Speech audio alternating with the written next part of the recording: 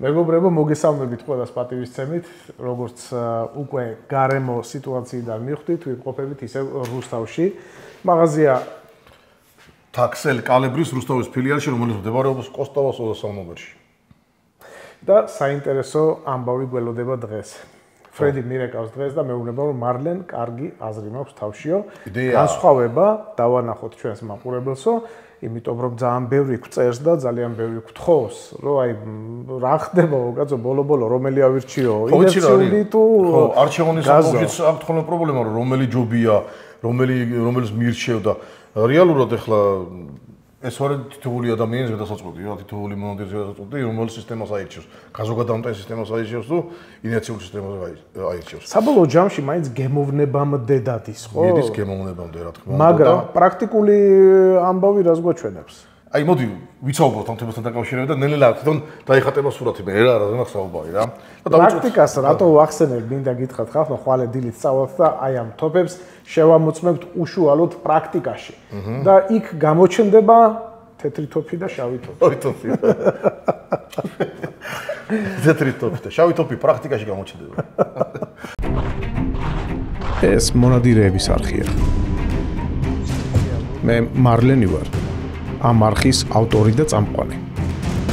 ვნადირობ, სადაც დაშვებულია ყველგან და ყველაფერზე, კანონის ფარგლებში. ვეძებ, ვეცნობი და ვიღებ თქვენთვის საინტერესო, გამორჩეული ისტორიების და უნარჩვევების მქონე ხალხს. ეს არხი მონადირეებისაა. Adventures Live Geo. თქვენის ნებართვით ცოტა მიუხედავად დავიწყებ ცოტა შორიდან, ცოტა ისეთი შორიდან, როცა შეიქმნა ცეცხლსროლი იარაღი, რა თქმა უნდა პირველად იყო გლულულიანი იარაღები, მერე უკვე დაიხვეწა, გაკეთდა ხრახნილულიანი იარაღები, რომელმაც ამ ხრახნელმა განაპირობა ის უფრო შორს და ზუსტად ეს როლად მომხმარებლებს და კაცობრიობა მივიდა უკვე იმ წერტილამდე, როცა უკვე უშუალოდ სანადიროდ კი არა და ხორცმოყობის მიზნით კი არა, უშუალოდ საბრძოლო დანიშნულებით დაიწყეს ცეცხლსროლი იარაღის გამოყენება და აქ უკვე უპირატესი გახდა ის იარაღი, რომელიც უფრო სწრაფად დატენოდა იყო. ანუ რაც სწრაფად გადატენი იარაღს, მით უპირატესი ხარ შენ უწინააღმდეგის მიმართ. ანუ მოასწრებ მეცროლას, მოასწრებ უფრო თავის კარგად დაცვას და ასე შემდეგ და ასე შემდეგ. პირველი იარაღი, რომელიც ადამიანის ძალის ჩაურევლად აკეთებდა გადატენას, ეს იყო ჯონ მოზეს, ისევე ბრაელი, რა თქმა უნდა, ეს ჯონ მოზეს ლეგენდარული ჯონ მოზეს ბრაუნინგი, ერთი გამხდარი ჩიაკაცი, რომელიც იყო გენიოსი, მე თუ მკითხავთ და იარაღ წარმოებაში მაკაცის წვლილი არის შეუპასებელი. ავტო-5 პირველი რაც გააკეთა, ეს იყო ავტო-5, რომელიც წარმატებით გამოიყენა მე ამერიკულმა ჯარმა სასანგრე ომის დროს და ეს თოფები, ეს ძველი თოფები თუ იმის აქ შემორჩენილი კოლექციაში ძალიან უთხრილებიან და ძალიან ეამაყებათ, რომ ეს მოდელი აქვს რა ბრაუნინგის ავტო-5. სხვა შორის ეს ბრაუნინგის ავტო-5 უშვებდა ფირმა რემინგტონიც. ანუ იგივე სისტემა შეიძლება ვნახოთ წარწერით რემინგტონი. რემინგტონის ქარხანა უშვებდა ამერიკული ფირმა ეს. სასანგრე ომის დროს გამოიყენებოდა ისო და ფინთიხს, ხელი ფინთიხს ეგრეთ წოდებული კარტეჯს, სანგრის სოსის ასახავდნენ რა.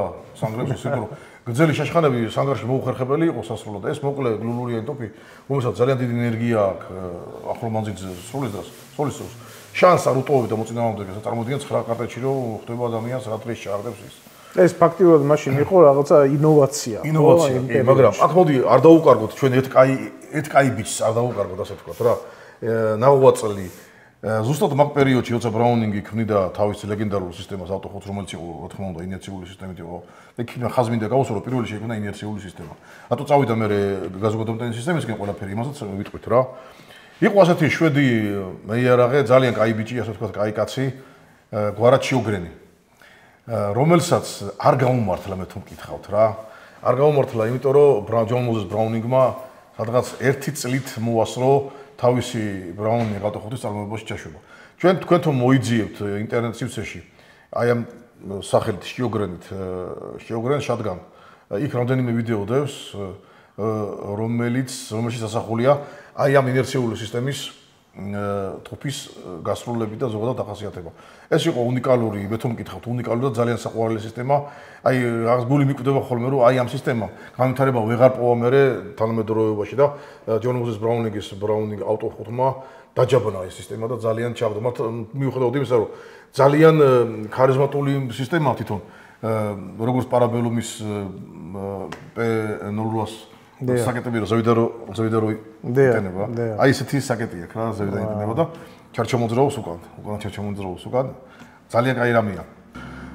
ეს თოფი ამთობის მინუსის იყო, რომ ცოტა მძიმე იყო და მექანიზმი ჰქონდა ცოტა გართულებული, მაგრამ მაშინდელი თოფებისთვის დამახასიათებელია, იმიტომ რომ ტექნოლოგიები არც განვითარებული არ არის და დამძიმება იარაღისა და ტექნოლოგიური ხარვეზები მისაღებია. ისევე როგორც ქონდა ესეთ ხარვეზები ჯონ მოზეს ბრაუნინგის ავტოხუთს. ბევრი რაღაცები შეიცვალა მე იქ და ჩამოყალიბდა დღეს უკვე აი ეგ ლეგენდარული ბრაუნინგ ავტოხუთი გვაქვს, ეს ახალი ნიუ ავტოხუთია, სადაც უკვე ეს მინუსები და ეს ხარვეზები აღმოფხვრილია და იდეალურად მუშაობს.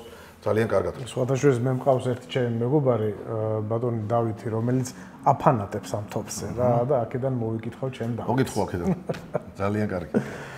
წეხა შეგვიდი რომ გეტყვი მეთქი რატო გადავიდა მე ყველაფერი იქითკენ რომ დასრულიყო გაზოგადოებრივი სისტემისკენ ყველაფერი რა. გადაწყობილიყო ინერციული სისტემიდან. აღმოჩნდა ისე რომ ინერციული სისტემა, მაშინდელი ინერციული სისტემები ეს იყო პრიმიტიული, ინერციული სისტემა ზოგადად დამყარებულია იარაღის გასროლის დროს წარმოქმნილ უკუცემის ენერგიაზე. განაკვნა ხდება გასროლის დროს წარმოქმნილ უკუცემას. უკუცემას არ წარმოქმნის.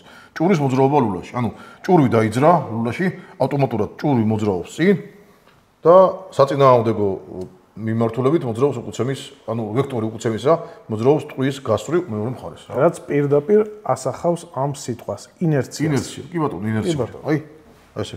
რეალურად რო ვიფიქროთ ახლა ადამიანს რო არეგონს რო ლულაში შედებული თოფი მარტო წინ გადის ასე ვთქვათ წინ მიაქ ძალა და უკან ინერცია. აი ასე მიდის რომ ეს შეცდომა იქნება. ანუ აფეთქების დროს დენთის დაწვის დროს გაფართოებული არები ლულაში ყველა მხრიდან აწვება. დიახ. კაბერას, მაგრამ უკვე გასავალი აქვს წინ და იძულებულია ტყვია რომ მოძრაოს წინ. თუ არ ეხება გასავალი, მაშინ აფეთქდება, გასყდება ლულა. დიახ. მაგრამ გასასვლელი აქვს და გავიდა. ხო გაგიგი ხომ ლულაში რაღაცა ჩამჩა და მე გასყდავ. ეს შემთხვევაში როცა ვეღარ გავიდა ტყვია წინ და დაგროვდა გაზები და სადაც უსტი ძეთილი ნახა, იქ აფეთქდა, გასყდა. მაგრამ ახლა ლულის არხე ჩვენ გვაქვს თავისუფალი, ტყვია საფანტი იქნება, ჭურვი იქნება თუ რაც იქნება, მოძრაობს ლულის არხის გასწვრივ წინ. შესაბამისად, უკუცემაც საპირისპირო მიმართულებით ვითარდება და არა სხვა მიმართულებებით გვერდზე. იქ დაიხშო ჩაკეტილი სისტემა და იქ გვერდები დაიბლოკა ლულის კედლებით, მაგრამ უკან მაინც მიიტანა ინერციული სისტემა. თავისი ძალა, ანუ ინერცია წაიღო უკან რა. ანუ რასაც უკუცემა ქვია. რასაც უკუცემა ქვია.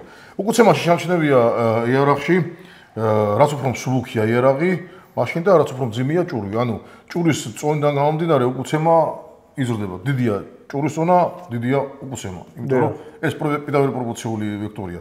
ასევე შეიძლება ვთქვათ, რომ იარაღის წონაზე მძიმეა იარაღი, ნაკლებია უკუცემა. მსუბუქია იარაღი, ეს უპროპორციული თემაა უკვე. მსუბუქია იარაღი, უკუცემაც იზრდება. ეს ფაქტია რა. იმიტომ რომ ვაზნაზე მოკლედ წონა პირდაპირ პროპორციულია უკუცემასთან იარაღისა. ხო, რა თქმა უნდა. ეს მიგნება სხვათა შორის ახალი არ იყო ფიზიკაში ცნობილი ფაქტია ენერგიების ესეთი ვექტორული შეკრება და ასე ვთქვათ ეს პროცესი თვითონ და მიხვდნენ იმას რომ ეს ინერცია შეიძლება და რაღაცა სასიკეთოდ გამოყენებული იყო იარაღში, მაგრამ შესაძლებელი იყო სისტემა. თუ რა სისტემაში ჩადებდნენ ამ მოათავსებდნენ ამ ენერგიას, რომელიც მე შემდეგ მოახდენდა იარაღის გადატენას, რომ ისევ გასასვლელად ყოფილიყო მზად.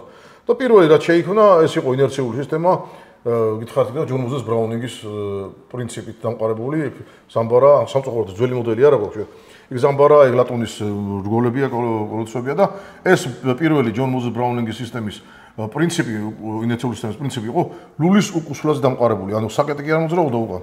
ამ შემთხვევაში საკეტი მოძრაობს უკან. ამ შემთხვევაში ლულა ჩადიოდა ქვევით, საკეტი იმალება მთლიანად და ლულა მოძრაობს. ანუ ლულა მოძრაობს წინ და უკან. როგორც ქვემეხზე. ხო, როგორც ქვემეხზე ზუსტად. დიახ. და იგივე სისტემა სხვადასხვა ესეთ ცნობილი იტალიურ ძალიან ძვირფას სანადიროთობს, რომელსაც ქვია კოზმი. იგივე სისტემაზეა თითქმის ამყარებული, იყო იქ რამდენიმე სისტემა. თანამედროვესაც კი, ხო? თანამედროვესაც კი. ეს სისტემა ძალიან წარმატებით გამოიყენეს მე ქვემეხებში. ზუსტად იგივე სისტემაა, ლულის უკუსვლა განაპირობა ის რომ ქვემეხი ადგილზე რჩებოდა და უკან აღარ მოგურავდა და მეორე ზუსტი გასროლისთვის აღარ იყო საჭირო ისე მომართვა ამ ქვემეხის და თავის კალაპოტში ჩაყენება და ასე შემდეგ და შემდეგ. გამოიყენეს ტანკებში, გამოიყენეს მსხვილკარგიან ტყვიავ ქვევებში, ლულა მოძრაობს გასროლის დროს და ის იმ ტექნიკას, რომელზეც დამაგრებულია, ძალა აღარ ადგენდა, ანუ აღარ ძაგძაგებს. ვეთფრენი მაგალითად ანის აღარ ყანყალებს ხნის დროს. ზედმეტი ვიბრაციებისგან თავს მოკლედ არიდებს. თავს იგავს, ხო. გასაგები არის. ეხლა მე მინდა შეგეკითხო ესეთი რამ, იმდენად საინტერესო იყო ეს ყველაფერი და ძალიან ასე ვთქვათ დეტალური, რომ ცოტა მინდა რომ ახლა აქეთკენ მოვატრიალო რა, მეორე სისტემა, გაზგადამტენის სისტემა. ეს საიდანღა წამოვიდა და საერთოდ რა საჭირო გახდა? თუ კი ესეთი იდეალური სისტემა უკვე არსებობდა, როგორც ინერცია. იდეალური როგორც შევიდა შემიძლია არაფერი არ არის ცხოვრებაში. რაღაც ნაკლი ყველაფერს აღდა. საბრძოლო ინდუსტრიაში აღმოჩნდა, რომ ინერციული სისტემა ცოტა არ იყოს და იძლევა შეფერხებებს. ანუ ისეთი სწრაფი ვერ არის? ისეთი სწრაფი ვერ არის. პირველ, ისეთი სისტრაფეზე იმდენად არ იყო გამახვილებული ყურადღება. აქ ყურადღება იყო გამახვილებული ტყიან მრქმეობების დროს უნიტარულად დამზადებული ვაზნების არასტანდარტულობაზე. ანუ ქარხანა როცა ვაზნას ამზადებს, თან მაშინდელი მით უმეტეს ის ვაზნები ცოტა განსხვავდებოდა ერთმანეთისგან დენტის რაოდენობით, ჭურვის ზონით, მიმაგრებით, შეიძლება წერად ყოფილიყო. ანუ შენ იმის თქმა გინდა რომ ერთი მწარმოებელი სხვა ვაზნებს აკეთებს, სხვა წონისას იმით უნებლიეთ და ხო, ამავდროულად მე ინერციული იარაღი ვერ ამუშავებდა ყველას. ხო, მივხვდით პატიცემულო.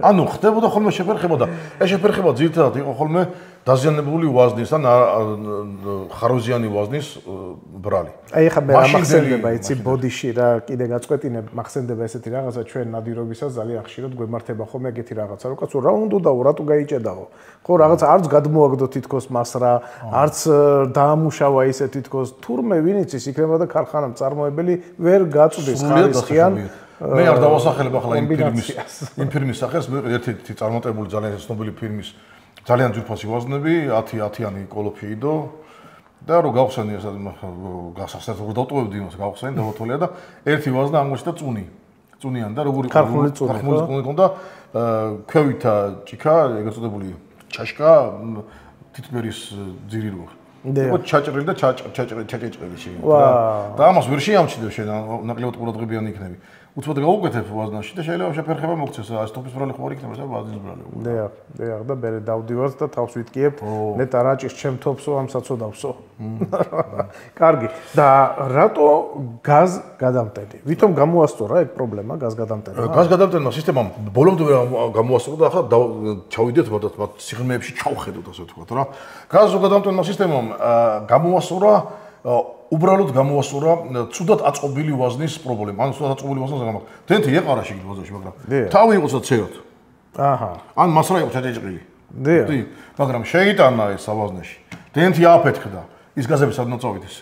ხო, მაინც იძულებით სადღაც უნდა გავიდა. იძულებით სადღაც ხო გავადა. გახვალ იმ სისტემიდან ზუსტად მოგახსენებათ ალბათ გაზოგადამტენი სისტემის პრინციპი არის ლულა არის გარკვეულ მანძილზე გახვერტილი, ამ მანძილსაც ცოდნა უნდა ზუსტად მაიწოდეს ამ გაყვრიტო.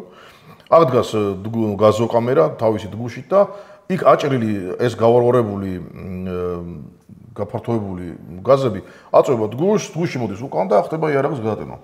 მართალია იმ ვაზნაში, რომელიც ჩვენ მოვიგორეთ ახლა მე და მარლენმა, თავი ცუდად იყო, მასრა იყო ჭეჭყილი, მაგრამ რახან სავაზნში შეიტანა და აფეთქება მოხდა, ის გაზები იძულებულია უკვე რომ სადღაცა წავიდეს და სხვაგან ვერ წავა, ერთი გასასვლელი იქ აქვს და ავტომატურად ყველაფერს მოახერხებს, რომ გადატანოს იარაღი. ანუ შეფერხება არ იქნება. ანუ იმხელა წნევა წარმოიქმნება ხალხმა, რომ წარმოიდგინეთ ცალმხარესაც ხო ისვრის ტყვიას, უკუცემასაც ხო გაძლევს და პლუს კიდე რჩება შიგნით აირები, სადაც ისიც გასასვლელია სადღაც. რა თქმა უნდა. რა თქმა უნდა, მე ეს უკვე აიძულებს იარაღს, რომ გინდა არ გინდა გამართულად იმუშაოს. მიუხედავად იმისა, რომ არის ბჭყალებში ვიტყვი, რომ ბენზური სისტემა ყველაზე ლოიალურად. დიახ. ლამაზად რო შევფუთოთ ეს ამბავი. რა თქმა უნდა, იმიტომ რომ ეს მთელი ნამწვავი და ნამწვავი გაზები, ეს თავისი ფრაგმენტები, თავისი მარილებით, რაც წარმოიქმნება დენტისტვის პროდუქტები, ასე ვთქვათ, უნდა რა. ხდება ისევ იარაღში, ხდება დგუშზე, ხდება სისტემაში შემოვაკ. შეიძლება თუ ცოტა ნესტიანი იყო თვალებში შემოვაყაროს დაუწო ქონდა შემთხვევა სხვა შემთხვევა. იყო. სუნი შემოვახშინით და ასე შემდეგ და ასე შემდეგ. მაგრამ ეს ამ მახასიათებელია ასეთი სისტემები, გაზოგადოებრივი სისტემების. თან გასაოცარი რა არის, რომ გაზოგადოებრივი სისტემის პრინციპი ერთია. გაფართოებული გაზების ენერგიის გამოყენება იარაღის გადატანისას. ამ შემთხვევაში ინერციული სისტემაშიც იგივეა. ხვდები?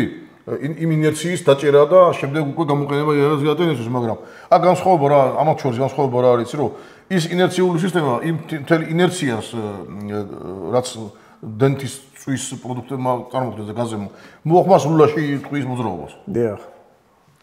ამან უნდა გადატანოს საკეთი. ახლა მე იბადება ასეთი ლოგიკური კითხვა, რომ იქ ნაწილი გაზები რო წამოვიდა უკან ხო არ დააკლდება ძალა ან სიჩქარე. რა თქმა უნდა, უმნიშვნელო დააკლდება, მაგრამ ეს რეალურად პრაქტიკაში ამას ვერ შეამჩნევთ ხალხო, ეს არ არის. აი ვიღაცამ თქვას რომ მე გაზოგადოებრივი სისტემა და შენ ინერციული სისტემა და შენ უფრო ძლიერად ისუს ვაზნას უდრე ჩემი ეს ამაზე მსჯელობა და ამაზე კამათი აბსურდამდე გიყვანთ ბოლოს იმიტომ რომ რეალურად არაფერს მომცემი არ არის ეს რა აი ეს რაღაცა 10 მეტრი წამი იქნება 15 წამი რეალურად აი არც კი იქნება მაგდან ბოლო რომ იმიტომ რომ ეს მყისიერად იხსნება და იკეტება ის არის ესეთი მოსაზრება ირაკლი რომ ვითომ ინერციულიდან გასროლილი ტყვია გაცილებით უკეთესი ჭრა აქვსო ან პირიქით გაზოდან და მოკლედ აი ამ დისკუსიაში არის ხალხი ჩაბმული და რამდენად ეს არის მაგას არსებობის უფლება მაგრამ აი ხო გეუბნები რეალურად ამ პრაქტიკაში ამას ვერ ამჩნევ ხო რა შეუმჩნეველი თემაა ანუ გინდა მწყერი იყოს და გინდა დათვი იყოს საბოლოო ჯამში მაინც დაწვება ხო თუ დასაწოლია თუ მოხვდა ისეთ ადგილ სულ უძახი ხალხო თუ მოხვდა ისეთ ადგილ სადაც უნდა მოხვედრო ეს თბილისში რომ გავუვარდ ხოლმე ბარკალში ის არ გაჩერდება ნადირია მას ვერ გააჩერებ იმით მაგრამ მოხვდება ხერხემალზე მოხვდება ძვარში მოხვდება კედესღრუში ის აუცილებლად გაჩერდება მუსურის ღრუში მოხვდილი წავა აღივა თუნდაც სადაც მოკვდება იქ დაემართება პერიტონიტი და მოკვდება მაგრამ შენთვის არ იქნება ის გასაგებია და ძალიან გამწარებული იქნება თუ იმე შეეჭეხა და დაანგრევს მაგრამ აი კედესღრუში უკვე დაზიანებული იქ ფილტრებია გულია თელი სისტემაა და მოკლედ მალე გაჩერდება რა აღმოჩნდა ისე რომ ინერციული სისტემა ბევრად უფრო მარტივია და ნაკლებ დეტალებს შეიცავს გამომდინარე აქედან უფრო ადვილი მოსავლელია უფრო ასე ვთქვათ კომფორტულია მომხმარებლისთვის ვიდრე გაზოგადოებრივი სისტემა იმიტომ რომ აქ ცოტა რთულად არის საქმე ცოტა არა ისეთი საკმაოდ რთულად არის საქმე და იდეალური წმენდა ცოტა არ იყოს რთულად ხდება ჩვენ პირობებში გაზოგადოებრივი სისტემა რთულად რა ხდება მაგრამ უბრალოდ მეტ დროს მოითხოვს ხო და ხო მეტ დროს მოითხოვს და სპეციალურ მოწყობილობებს მოითხოვს ახლა ჩვენთან არ არის საშუალებები მაგალითად ასეთი სისტემების ახლა ბერტა გვიდებს აქ ულტიმა 12 კალიბრის და ამ სისტემას წერია თვითწმენდი მექანიზმია ბერტას თვითწმენდი მექანიზმია მაგრამ რეალურად თვითწმენდი მექანიზმთან მას არაფერი კავშირი არ აქვს იმიტომ რომ ის მული და ჭვარტლი მაინც ზედ რჩება დგუშზე რომელიც აი იქით იქით საუბრობთ სხვადასხვა მინდა აღვნიშნო რომ ბავშვიანი ქალებიც კი შემოდიან ჩვენთან ტყვიების საყიდლად იმედია ქმრისთვის არიან კარგი გავაგზავნოთ ხო და აი ესეთი გითხარი მაშინ ულტრაბგერთის აბაზანებია სპეციალური რომელიც იდეალურად წმინდა უცემს მაგრამ ჩვენ პირობებში არ არის არ გვაქვს იმის საშუალება რომ ეს რთული დგუში რომელიც რამდენიმე ზამბარით არის აღჭურვილი და დარეგულირებულია ისე რომ ის ჭარბი გაზები გაფანტოს ის ენერგია გამოიყენოს და რაც ზედმეტია ისე გაფანტოს რომ უცემაზე არ ემოქმედოს აი ეს სისტემა ამ სისტემის შექმნა გამოიწვიეს რომ გართულდა ზოგადად მექანიზმი თუმცა არის გაზოგადოებრივი სისტემები რომლებსაც უფრო მარტივად აქვთ მოწყობილი ეს უფრო მარტივად გაართოს ამ პრობლემას თავი მაგალითად იგივე ფენომა იღე თურქული იგივე ფაბარმი აიღე რომელიც ელასტიური მუხტით არის დგუში ფაბარმის შემთხვევაში და ჭარბი გაზების დროს ის იბერება და აფერხებს უკუსლას ედება მუხტის კედლებზე და აფერხებს უკუსლას და როცა არ არის ისეთი ძლიერი ვაზ და თავისუფლად მოძრაობს იგივე სისტემა გააკეთა რემინგტონმა რემინგტონის ლულის საკუთრის ნაწილში არის ნახვრეტები და როცა გათვლილია თან მაგ სუპერმაგნიტის ვაზნებზე გასროლის დროს როცა იხსნება სავაზნე ამ ნახვრეტებს ნაწილობრივ ფარავს ხთი პატარა ვაზნა როცა ნაკლებად დაფარავს ნახვრეტებს და ის ენერგია თვითონ დაარეგულირებს ამდენი ჭირდება და ეს ძელი ვაზნა როცა ბევრი ჭარბი როცა რაოდენობა რომ ისე გახსნის იმას რომ დაიმალება ეს ნახვრეტები და გაზის ატარებას უკვე აფერხებს რა საინტერესო არის ის ნახეთ და შორის ხო ეგ ინფორმაცია რამდენ ჯერ არის ხო მოსული და ძალიან საინტერესო გახდა შეგიძლია ნახოთ ინტერნეტში ეს ყველაფერი ანუ იმის თქვა მინდა რომ ტენდენციები და განვითარება ერთ ადგილას არ არის კიდე რაღაცები მიდის და გრძელდება და ვითარდება და შემდეგ სადამდე მივართ ბოლოს მე აღმოჩნდება რა იმედია თუ კაცობრიობა მარ დაანგრია არ შეიძლება დამიწათლია და განვითარების ძიებაში მოკლედ ახლა დავშალოთ და ვნახოთ ორივე სისტემა ახლა რეალურად შევუდგეთ გაზოგადოებრივი სისტემისა და ინერციული სისტემის შედარებას დეტალურად ანუ დეტალებით ბერეტა 300 ულტიმა ეს უბრალოდ ინერციული სისტემა ბენელი ავიღეთ და რაღაცა საპირწონე ბრენდი რო აღვიღო ბერეტა იმიტომ ავირჩიეთ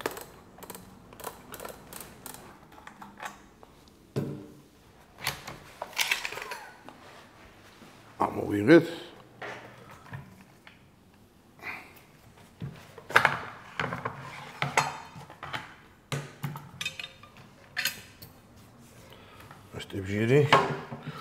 მე რთული რა ვიცი ის დეტალები ერთმანეთს დაუპირისპიროთ რა იმის პროდუქტი საინტერესო იქნება გუში უყურეთ ამ გუშს როგორი რთული ფორმის და გეომეტრიის გუში და გარდა ამისა დაზამბორებული მოხდა აქ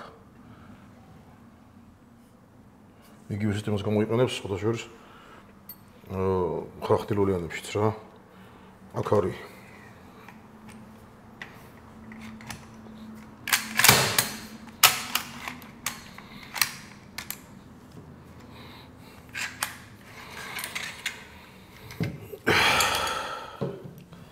საკედი უძიაკა ზეგას ქართულად ვერ მოგონი ვერაფერი რავი რა ქნა ვიცი ეს ძირითადად ერთნაირია ხოლმე რა წაგა იქნება ალბათ გამწევი ხო ალბათ აი ეს არის სულ რაც არის სულ რაც და სადღაც გაზები ამოდის ლულაში ხო ეგ არ გახორტელი აქ ამიტომ მოვაჩვენოთ გამოჩდება და არ გამოჩდება არანაირად აი ყურე აი იქ არის არა გამოჩდება ხო კაი გამოჩდება მოკლედ სადღაც განდარი სადღაც იქ დავდოთ ახლა რა ხდება ახლა რამინდა გავამოხილო ყურადღება ყველა გაზოგადოებრივი სისტემა ასეთი დეტალებით არ კომპლექტდება რა არის განსხვავებულიც ხტი ანუ ორმხრიანი წიაგით შეიძლება იყოს ანუ ემოსვეთი მხარს აქ ძება დია ხარ ორმხრიანი გამწევით დია ორი აქ ხოლმე აქ ეს ჩამკეტი სისტემას არის ახლა სოლისებური საკეტი ანუ მიაწვება ლულის ამას სახაზინო წელს და აი ამ კბილით კეტავს ანუ იდეა ფიქსი არ არის რომ მაინც და მაინც ესეთი დეტალები იყოს გაზოგადამტეს სისტემაში ხო ანუ ჩაკეტილი სისტემაა თუ განსხვავებულები რა დია ეს ასეთი ჩაკეტილი სისტემა მეორე შეიძლება სხვადასხვა ჩაკეტილი სისტემა იყოს გასაგებია მაგრამ პრინციპი ერთია ინერციული ხო ახლა ნახოთ ინერციული და აქ რა ისვრება ხოლმე მოდი ერთი მაგაზეც გავუსვათ ეს ისვრება ძალიან ჭრიანდება და ნახე როგორ რთული გასაწმენდია და თვითონ ეს ნაწილი ანუ ძირითადად მაინც ადგილები ეგ არის რაც ბინძურდება ასე ვთქვათ ხო ლულა თავისთავად ნამწვავი აირებით ხო კი ბატონო აი ასე დაიშალა ეს ნაწილი ეს არის გაზოგადოებრივი სისტემა ახლა ავიღოთ ინერციული ხო და საინსტავია ისიც რომ ძალიან ხშირად ინერციული სისტემები უფრო მსუბუქია ხოლმე ვიდრე გაზოგადამტენი სისტემა და ესეც დარწმუნებული ვარ ალბათ დამოკიდებულია იმაზე რომ აქ უბრალოდ უფრო მეტი დეტალები გვაქვს აი ნახე რა მაგის გამო ხო კი ბატონო რა მომიტანე საბუნიას კაფეტები მომიტანე საბუ როგორ ხარ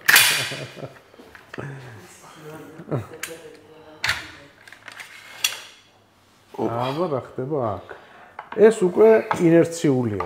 ეს უკვე ინერციული სისტემაა და აქაც მინდა გითხრა რომ ყველა ინერციული სისტემა ერთნაირი არ არის. დიახ. აი ეს არის ასეთი მოკლედ. ეს რა მოდელია ისა ფრედი გაგვიმეორე? ბენელი ბელმონტე 2, MK2. აი ამის მექანიზმი კიდე აი ეს არის. სულ ეს არის მთელი ამის ხო, ну ისიც იშლება. ესეც იშლება, მაგრამ ახლა ეს არ დავშალოთ, იმასაც აღმოჩნდა აღარ მოვკვიდე ხელი რა. კი, ну გასაგები არის. აი ამ შემთხვევაში რა ბინძურდება მაგალითად? ლულა. მხოლოდ და მხოლოდ, არა? აქ ესე იგი ლულა პლუს ეს ორი დეტალი და ნამწვევი ხშირად შემთხვევაში. აქ დარტყმის ადგილი არ ფუჭდება ხოლმე? ეგ ორივე ერთნაირია, ბრუცავს უნიტარულ ქართულ ვაზნებს ხარო არა. არა, გასაგები არის. მე რასაც ვხედავ, ხო, ფასშიც სხვაობა არ არის. და სხვაობა ზოგადად მაშინ რაღაცი არის. რატო შეიძლება რომ მაგალითად ადამიანმა ეს კითხვა დასვას, რომ ინერციულს მირჩევ თუ გაზოგადამტეს. ფასში არ განსხვავდება, ერთ-ერთი განსხვავდება სისტემით და იმ ისტორიით, რაც აქამდე მოვყევით, მაგრამ ორ სიტყვაში როგორ შეიძლება ვთქვათ, რომელს ურჩევ? ახლა ფარდა უკუნიცა. მოკლედ ხალხო, ასეთი რამეა რა. არის მომხმარებელი, არის ადამიანი, არის პიროვნება და ყველას აქვს თავისი გემოვნება. ზოგი არის აფანატებს ბერეტას, ზოგი არის აფანატებს პენელის. ახლა სხვაობა ზოგია აფანატებს ბრედას. ახლა რატომ გითხარით მე ეს ამბავი? იმიტომ რომ ბერეტას რაოდენიმე გასაკვირიც უნდა იყოს თქვენთვის ინერციული სისტემა არ აქვს. საერთოდ არა აქვს. არა. ბერეტა მუშაობს გაზოგადოებრივ სისტემებში. აჰა. პენელისაც შეეხება. პენელის არ აქვს გაზოგადოებრივი სისტემა. ანუ პენელი მუშაობს ინერციული სისტემაში. მართლა. იმიტომ რომ ლეგენდარული ბრუნო ჩიოლანი, რომელიც ძალიან ხშირად რომელსაც ძალიან ხშირად ვახსენებ ხოლმე ნათელი იყოს ისული რომელმაც შექმნა ეს სისტემა, ბენელი ინერცია სისტემა, რომელიც მე განავრცო ფირმა ბრედაში და გააგრძელა იქ მუშაობა და შეიქმნა არანაკლები ლეგენდარული მოდელები და სისტემები, სხვა შორის ბრედა არის იქ სანტოსი, რომელიც მექანიზმს დაარქვეს ჭკვიანი ინერციული სისტემა, ძალიან განსხვავებული სისტემაა. ძალიან მაგარია რა, მოკლედ რა და არსებობს კიდე ბენელის აქვს ასეთი ძალიან ცნობილი მოდელი, ლუქს კლასის მოდელია, ბენელი მაგნიფიკო, რომელიც არის ასე ვთქვათ, ხახნელულიანი იარაღებში, გლუვლიანი იარაღებში, როლს-როისი რო აიღო მანქანებში აი ესეთი თემა დაახლოებით რა. მე ვხვდები რომ ძალიან რთული არის ადამიანს ურჩიო ინერციული თუ აირგადამტენი სისტემა. ფაქტი ერთი არის რომ ამას ახლა პრაქტიკაშიც გაჩვენებთ რომელი თოფი როგორ იქცევა და იქნება ტესტები ალბათ ისეთი რომ მაგალითად ცალი ხელით გასროლა, არ ვიცი, რაღაცა მიდების საყრდენის გარეშე, ზევით, ქვევით, რავი, ყველანაირად ვეცდებით მოვიხმაროთ ეს იარაღები, რომ უბრალოდ გაჩვენოთ არის თუ არა რაიმე სხვაობა. თუმცა მე პირადად მაგალითად, ხო, როდესაც მივდივარ ისეთ ვითარებაში, სადაც ვიცი რომ ამინდის პროგნოზი იქნება ძალიან ცუდი, რბილად რო ვთქვათ, ხო, მაშინ ვეცდები ხოლმე მე პირადად რომ მაინც გაზოგადამტენი სისტემით წავიდე, რომ იქ არ მქონდეს რაღაცა კითხვები. ჩვენგან გასხოვა. კითხვები ხო, მაგრამ აი შენს უცხანაირად მე მაქვს ინერციული სისტემა, რა თქმა უნდა, მე არ მოგიწოდოთ რომ ინერციული სისტემა ყველაზე მაგარია და არა. ყველა თოფი არის ასე ვთქვათ, მეტნაკლებად კარგი, მაგრამ აქ გემოვნების ამბავი როგორ ითხრა, ახლა ადამიანს რომ ბერეტაზე აქვს ჩაცეკვილი და მთელი თავის ხოლო ბერეტას უძახის, იმას ვერ ეტყვი რომ მოდი ბერეტას თავი და ანელი ბენელი იყიდე. არ მინდა შენი ინერცია გასო, მინდა ჭუჭყიანია იყო ჭუჭყიანი, ბზიმია იყო ბზიმი, მაგრამ მე ბერეტა მინდა მქონდეს, ბერეტა ქვია და იმიტომ. ანუ ბრენდის სახელი ნაკლები უგუცემაა. ძალიან ხშირად და აი მაგიტომ მინდა ძალიან ხშირად ხო, ახლა კიკოფ სისტემაა და რა, ამ თავისი პლუსებია კიდე ეგ რა. კიკოფ სისტემა გამპოტი თელი ამბავი. და რა არის კიდე რომ ცალკე განსხვავებული კუთხით რომ მივუდგე კიდე ამ საკითხს, ასე ვთქვათ, ნაწილს თანხისას მაინც ბრენდის სახელში იხდი. მარტო მშრალ სახელში. აი, სახელში იხდი მარტო რა. დიახ, დიახ. მოსაგათურე. არა და ეხლა ზედრო ეწეროს მაგალითად რომ წარმოებულია საქართველოში ვინმეს მიერ. ხო, არა წეროს ბერდო და ეწეროს რაღაცა, რავი, უჭატანი ეწეროს და რაღაცა ესეთი რა. ირაკლი ფოფხაძის იარაღი. ხო, გაიყიდებოდა? საინტერესოა. ერთი კარგად შემაგინდა ის ვიღაც შემეხება და მე არა და რეალურად ბერეტა წაშალო დააწეროს რაღაცა და აკო აღარ იქნება ეს ბერეტა. ხო. მიუხედავად იმისა, რომ თავისი ყოფით იქნება ბერეტა. აი როგორი. თავისი შინაარსით იქნება ბერეტა, მაგრამ სახელი არ ეწერება და ვერ გაიგებს რა არის და ეს რა არის, მოდი მოვაცილე იქიდან, მაგრამ დაუშავყურებდები მე ჩახედა სხვა შორის იგივე მომივიდა პირველ როდესაც გავიცანი ფირმა ბრედა მე მაღაზიაში იარაღი რომელსაც აი ესეთი მასავით კეთროვანებით უყურებდნენ რომ ვერ გაიგეს რა იყო და მე მომიწია რომ ეს იარაღი დავშალი, ავაწყი, გავხედე, გამოვხედე, ისტორია ვნახე რაღაცა და ოპა მეთქი ეს საინტერესო იარაღია. ეს ჩემი ბიჭია და წამოვიღდა დღემდე ისტორია ცალსახად განაპირობებს იარაღის პოპულარობას და ორი აზრი არის. რა რეკლამა მარლენ. კი. ასე შემსახებია 100 ჯერ 200 ჯერ 300 ჯერ ის გინდა არ გინდა ის უკვე გინდა. არა მარტო რეკლამა, მე რეალური გამოყენებაც იძლევა იმის საფუძველს, რომ ადამიანმა მიიღოს სწორი გადაწყვეტილება და მოკლედ აქ ეხა ჩვენი ვიდეო გაიჭრება გავა რეკლამა და თქვენ კიდევ გელოდებათ ძალიან მაგარი სროლები, რომელსაც ამ ვიდეოს ბოლოში იქნება. ბახ გასულები. მაღაზიაზე XL კალებში გვაქვს აი ეს ამ სახეობის ვაზნები და კიდევ მრავალი სახეობა გვაქვს. როგორც შევიდეთ ჩვენ მომხმარებელს უნდა გავტესტოთ დღეს გაზოგადამტენი და ინერციული სისტემები. გასროლა მოხდება ამ ვაზნებით, შერჩეულია რამდენიმე ტიპის ვაზნა, ეს არის 28 გრამიანები, 24 გრამიანები, არის ტყვია კარტეჩის ვარიანტიც გასროლის და ყურადღებას მივაქცევთ იმას, რომ ხარზე მიბჯენის გარეშე გადატანის თუ არა ინერციული სისტემა, კარგი ინერციული სისტემა მოახდენს თუ არა გადატანას. GPS ვაზნები გვაქვს სუპერ ექსპრესები, შეიძლება დაგაქცევენ ხოლმე ყურადღებას. სუპერ ექსპრესი ნიშნავს, რომ ძალიან სწრაფი ვაზნებია ესენი, 26 გრამიანებია და რიოები გვაქვს, ეს ვაზნები ბევრმა იცის და ალბათ იციან, რომ ძალიან პოპულარული ვაზნებია ზოგადად. კლასიკური მეორე ტიპის რიოები გვაქვს, ესენი უკვე 24 გრამიანებია, 8 და 9 ნომრები და 10 ნომრები გვაქვს. დუპლექსები გვაქვს სტერლინგის, ეს თურქული ვაზნებია უკვე ორი წყვილი ტყვია ჩადიში პლასმასის კონტეინერში, დიდ ნადირზე სანადიროდ გამოიყენება და ბაქშოტები ეს არის 10.08 წელია. ეს უკვე შედარებით ისეთი კარტეჩია რა. ესეც ნადირზე. ხო, ესეც ნადირის არის. გასაგებია. ანუ ფაქტიურად შევეცადეთ, რომ ყველა ნადირობის ყველა აი ეს ასპექტი მოცული იყოს რა, ფრინველზე ნადირობისა დროსაც და ცხოველზე ნადირობისა საფანტის როლის დროსაც და ტყვია კარტეჩის როლის დროსაც და არჩეული გვაქვს როგორც განხილვაში იყო ორი სახეობის ტოპი ესე ინერციული და გაზოგადამტენი ინერციული გვაქვს ამ შემთხვევაში ბენელი, ბელმონტე 2 MK. მეორე ტოპი გვაქვს შერჩეული ბერეტას ულტიმა 100. ეს არის ბერეტა 100 ულტიმა 12 კალიბრის გაზოგადამტენი მექანიზმით, როგორც წარმოებული წარმოება თვითმწვენე მექანიზმი აქვს.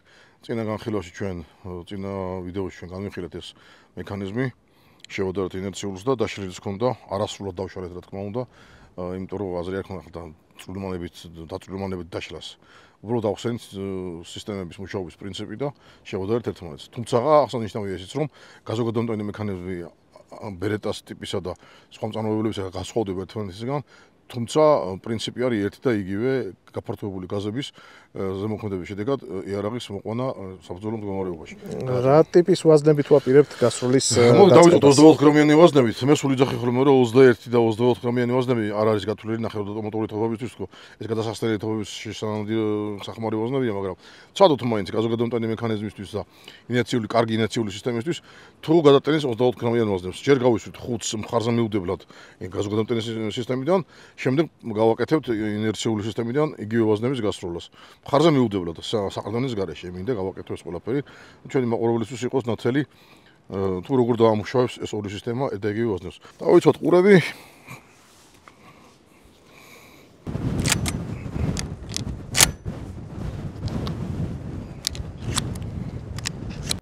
ყურადღება იქნება გასროლა.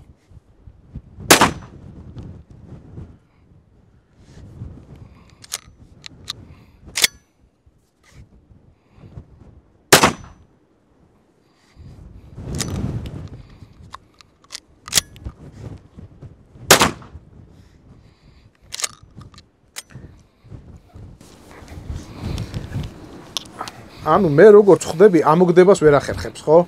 იმის გამო რომ მიბჯენილი არ არის. მიბჯენილი არ არის ერთია, გაზოგადამტენი სისტემისთვის ეს მაინც და მაინც არ უნდა იყოს მნიშვნელოვანი, იმიტომ რომ გაზების უბრალოდ არ ყოფნის გაზების რაოდენობა, რომ ბოლომდე გახსნას საკეტი. 24 გრამიანებია, კიდევაც ნახეთ თორე. 24 გრამიანს უკვე ალბათ გადატენის რა. მოდი ახლა იგივე ნახოთ ინერციული სისტემაზე, ეს დავდოთ გვერდით, ეს გაზოგადამტენი და იგივე ვაზნები ნახოთ ბენელი როგორ გაისვრის. რო არ შეეპაროს ეჭვი ჩვენ მაყურებელს იგივე რიოები 9 ნომრები იგივე 24 გრამი იმედია ჩანს ხო? დიახ.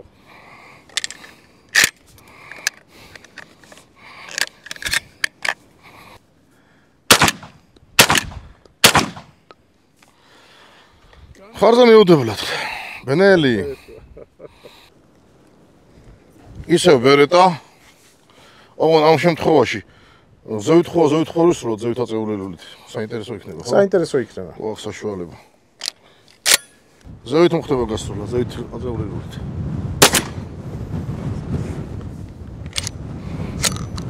ისევ შეგინჩატება, ანუ არ იყო ენერგია გადამტანისთვის.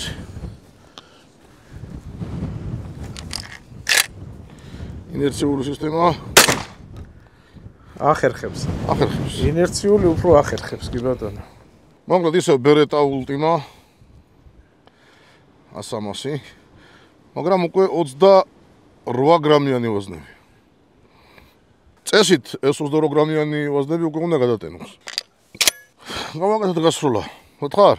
კი. დაიჭირა. მასრა დაიჭირა ისევ. სტანდარტულად.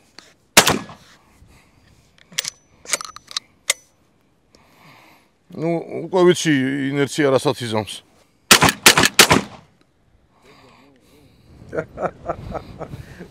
გასაოცარია, ხო. უფრო მძიმე ვაზნებზე გადავიდეთ და ეს იქნება რიოს 34 გრამები. მინდა შეგახსენოთ, რომ ეს ოზნები გაყიდვაში გვაქვს მაღაზია ტექსტილი კარიბლის ყველა ფილიალში დევს რაოდენობა, ნომერი, წონა, ანუ შეუზღუდავად არ შეგიძლიათ იბრძანდეთ და იყიდოთ. ვერეტა ულტიმა 100. გიყვარდეს 34 გრამი უკვე. ანუ აქ უკვე რა მოხდა, ესე იგი, გაზები საკმარისი აღმოჩნდა იმისათვის, რომ მოახდინოს გადატენა იდეალურად. ანუ მე სულ ვიძახი ხოლმე, რომ 21, 24, 28 გრამი საერთოდ გაზოგადამტენი სისტემებისთვის არ არის შექმნილი ეს ვაზნები, ეს არის სპორტული ვაზნები, რომელსაც გადასახსნელი თოფებში იყენებენ სპორტული სროლებისთვის და აი მსუბუქი ვაზნები. რაც შეეხება ინერციულ სისტემას და გაზოგადამტენ სისტემას, თავისი მუშაობის პრინციპიდან გამომდინარე, ეს თოფები გათვლილია ცოტა უფრო მაღალ წონაზე, 30, 34, 38 და ასე შემდეგ რა. იმიტომ რომ ავტომატიკა სხვანაირად მუშაობს ამ თოფებისა რა და უბრალოდ ეს იყო ხა ვაზნის ბრალი ან თოფის ბრალი უბრალოდ არ არის გათვლილი ეს თოფი დაბალ გრამებზე მუჩა. იგივე 34 გრამი ეხა უკვე ინერციული. ეს ინერციულია, ბენელი. არ ვიდებ ხარზე. თოფი გახსნილია, მოხდება გასროლა.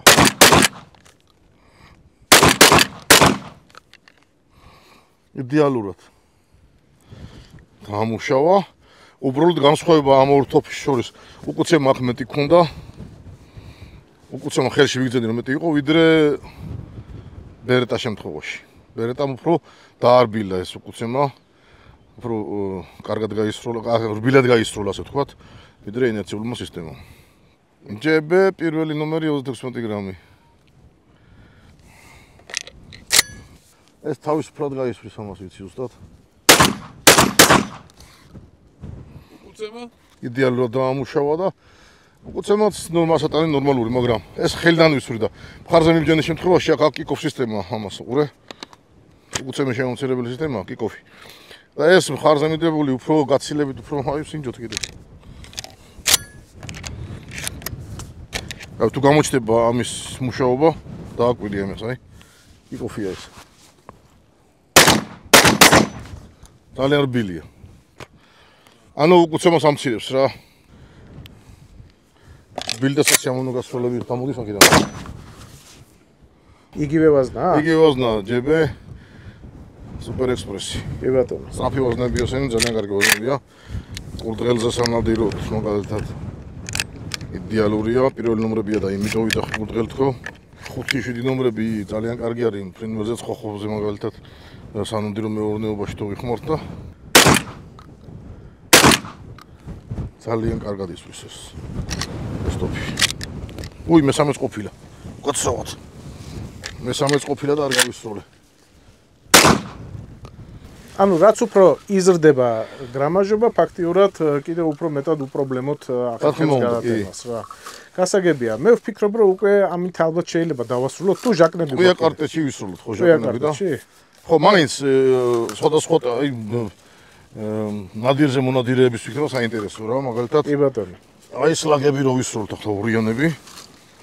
მამუკა დიდი მადლობა.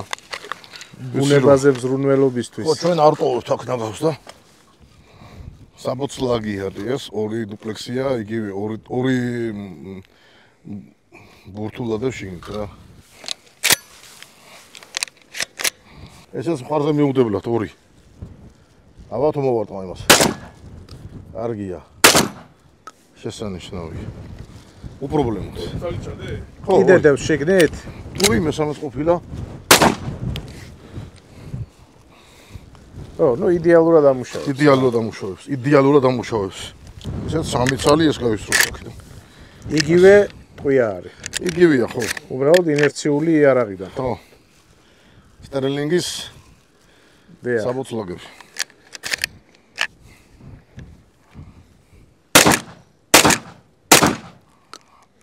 ხო, ნუ ნებისმიერი სიტუაციით ისვრის რა. ხო. გასაგებია. ბერეტა 300 ულტიმა და ეს არის უკვე გაგიკვირდება და 28 გრამიანი არის ეს კარტეჩი, 28 გრამია რა. სპეციალურად წამოღებული მაქვს ესენი 28 გრამიანები, რომ მსუბუქი კარტეჩია ეს შედარებით პატარა ნადირისთვის მოყუთნილი. იდეალურად. იდეა. კიდია და აღარ არის. ანუ ამასაც იდეალურად ამუშავე. ნუ და ძალიან მსუბუქი. ეს ორი კიდე. დაიჭირა. ეს თუ კი ნამოჭერი, თუ დაიჭირა. და იგივე 28 გრამიანები ფიოკი უпроსოროთ, ფიოკი. 28 გრამიანები წეხან პერიოდად ამაზე გავისროლეთ. შედარებით პატარა ნადირისთვის მაგალითად ყურა მგელით შეიძლება მოინადირო.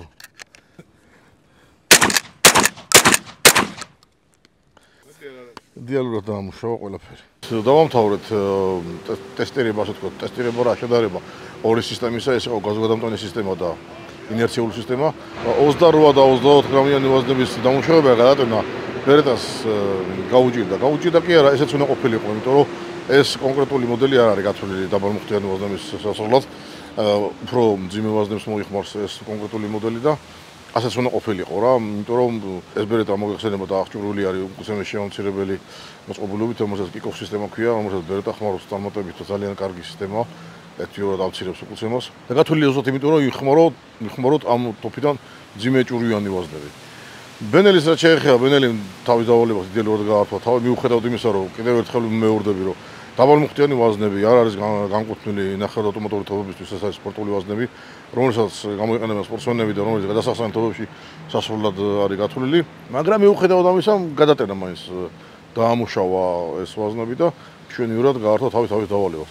თუმცა ეს იმას აღნიშნავს, რომ ასე ვთქვათ, ყველა ინერციული სისტემა თურქული იქნება თუ იტალიური იქნება, ასე წარმატებით გაართვებს თავს ამ დავალებას ხოლმე, იმიტომ რომ არის შემთხვევები, რომ ხშირად დაბალმუხტიანი ვაზნების გადატენვა მით უმეტეს მხარზე მიუდებლად უჭირთ ხომ რიგ მოდელებს, მაგრამ ეს კანონზომიერება, ჩვეულებრივი კანონზომიერება გამომდინარე იქიდან, რომ სისტემა არის თვითონ ეგეთი მოწყობილი, რომ მას საყრდენი ჭირდება, მყარი საყრდენი ჭირდება, ის მუხტის დაგროვებისთვის აუცილებელი ის მყარი საყრდენი, რომელიც მე უზრუნველყოფს, ასე ვთქვათ, გამართულ მუშაობას, გადატებას. ამ ორი მოდელის შედარებით ჩვენ ასე ვთქვათ, მთლიანად ვერ მოვიცავით ის ამ სისტემების არსი და ამ სისტემების ასე ვთქვათ, სახეობები, იმიტომ რომ არსებობს გაზოგადოებრივი სისტემები, რომელიც განსხვავდება ბერეტას ამ გადამტანის სისტემისგან, არსებობს ინერციული სისტემები, რომელიც განსხვავდება ბენელის ამ ინერციული სისტემისგან. თუმცა პრინციპი, მუშაობის პრინციპი არის ერთ და იგივე.